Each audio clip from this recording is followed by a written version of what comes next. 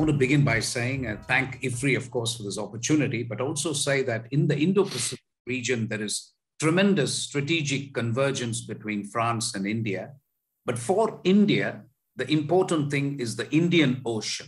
So Indo-Pacific comprises two theaters. You've got an Indian Ocean theater and a Pacific Ocean theater. The Pacific Ocean is heavily invested. You've got United States, you've got Europe, you've got other powers there. But for the Indian Ocean, France is the only country which has physical territories in Reunion Islands and Mayotte. So there is a degree of interest for India and France to keep the Indian Ocean area under a rules-based order, number one, which involves or entails freedom of navigation over flight patrols and so on. We do also joint patrols, by the way, in Indian Ocean from Reunion Islands, and to make sure that the Indo-Pacific region in general and the Indian Ocean in particular remains multipolar. And if you want to have a multipolar world, you need to have an Indo-Pacific which is multipolar. And as the defense minister said on her recent visit to India, she said India can be a valuable ally for France. And she said no hegemony in the Indo-Pacific. Now that is something which India can totally relate to. So in terms of convergence, there is almost a complete, we see eye to eye on what is happening in the Indo-Pacific. I would also conclude this segment by informing your audience that these are the only two countries which have a joint vision statement for the Indian Ocean. That contains a lot of tremendous useful things in terms of trying to have a maritime domain awareness between the two countries. You've got a person who has been deputed to the Fusion Information Center in India so that we have real-time information on what is happening in the Indian Ocean. So all in all, for us, France is a power with which we have no problems in terms of strategic partnership. There is no baggage. So I think France and India can really do a lot, Indo-Pacific in general, but certainly Indian Ocean in particular.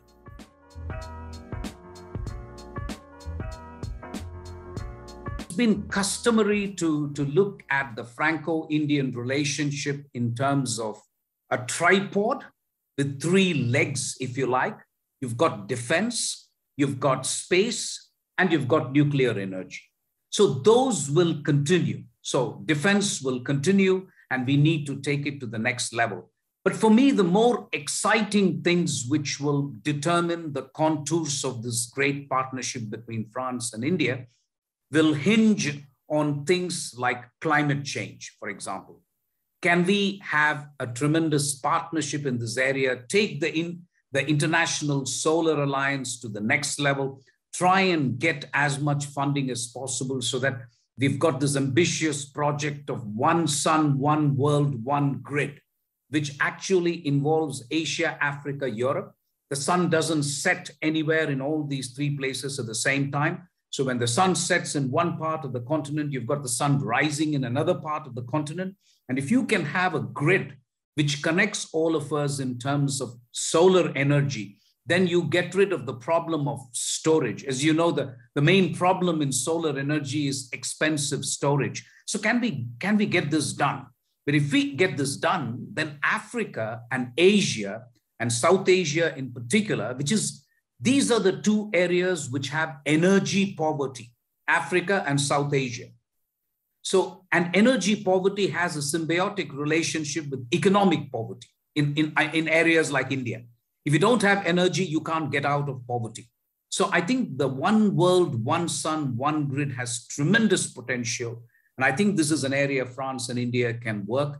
We've got triangular cooperation in areas like Africa, where France brings its expertise and capital, India brings its manpower and appropriate technology, and we do things in Africa. So that is another exciting area of cooperation. I would say that the strategic dialogue our two countries have, which is in terms of sharing of real-time intelligence, a kind of Five Eyes B, if you like, between France and India, where we share everything that we have in terms of valuable intelligence. That could be of great value.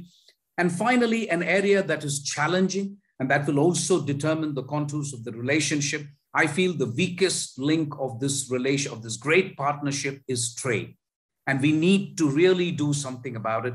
10 billion euros does not do justice to India or to France. The one way of doing something here, which will exponentially increase the value of trade and technology for us, is to do something in digital trade, something in green tech or clean energy, which will completely take the technology relationship to the next level. I don't think we should concentrate and worry too much about selling French wines to India, although I love French wine, or selling textiles and garments to France, although you may like Indian garments. I don't think they will determine the relationship.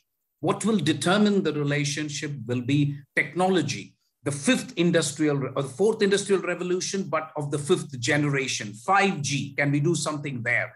Those are the new cutting areas where I believe France possesses the latest technology and India is the biggest user of technology. So can we have a mutually beneficial relationship there? So I think those are the areas which will really determine how the future looks like for France and India.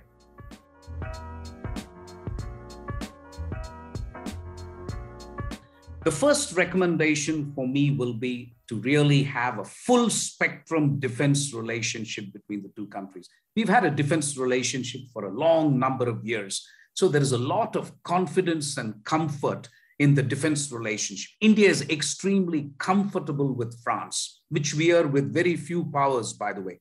So this is a factor that needs to be exploited. So two things I would say to make this a full spectrum defense relationship, not just confine yourself to a buyer-seller relationship. So right now you sell Rafale, we buy Rafale, that's fine. That is as it should be. But I think it would be even better if France can have its feet firmly implanted in India, make defense equipment not just for India, but for export. So that's one thing. The second thing would be full interoperability between our forces. We're working towards that. But what if France's Air Force, Navy, and Armed Forces have full interoperability with Indian Armed Force, Indian Air Force, and Indian Navy?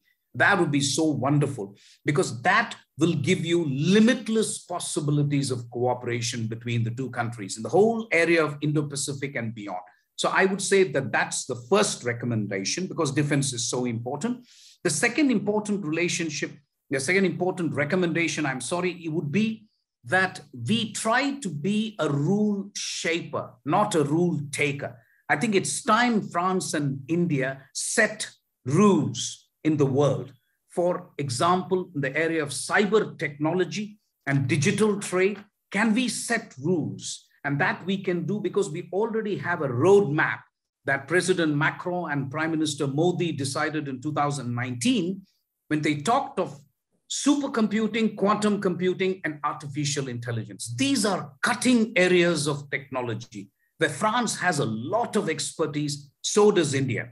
And if we can combine our forces together, we may well be able to set the gold standard in these areas for the future. That is an ambition, if you like, but that is a strong recommendation that I have for the new administration, so that we put our extraordinary scientific and technological manpower or woman power to use. That would be my second recommendation. The third recommendation obviously will be climate. Because India and France launched the International Solar Alliance, because the International Solar Alliance has worked so well, I am not going to be limited by this ambition. I want to go beyond solar energy. The one thing I can think of is hydrogen. Hydrogen, everybody knows, is going to be the fuel of the future. What if France and India decide we will have a hydrogen coalition? A hydrogen coalition has already been announced. But can France and India take on the reins of leadership of this hydrogen coalition, push it beyond the bounds of what is present now, take it to the next level, look at green shipping, look at green buildings? I mean, for example, your audience should know, India is yet to build half its country, whether it is roads, buildings, and airports, we haven't finished. We're going to build 50% more. Can you imagine if this can be done in a sustainable fashion? Can we have green airports? Can we have green buildings? Can we have green roads? Can hydrogen fuel power all these things? I think the possibilities are immense, and they're so vital, because you don't want India to keep making the same mistakes that even China did. We want India to grow. Nobody says India shouldn't grow, but then we need help. And this is where I think France and India can make an excellent couple, which can drive green coalition, which can drive green technology, which can drive things for a sustainable and a wonderful world together for the future. Thank you.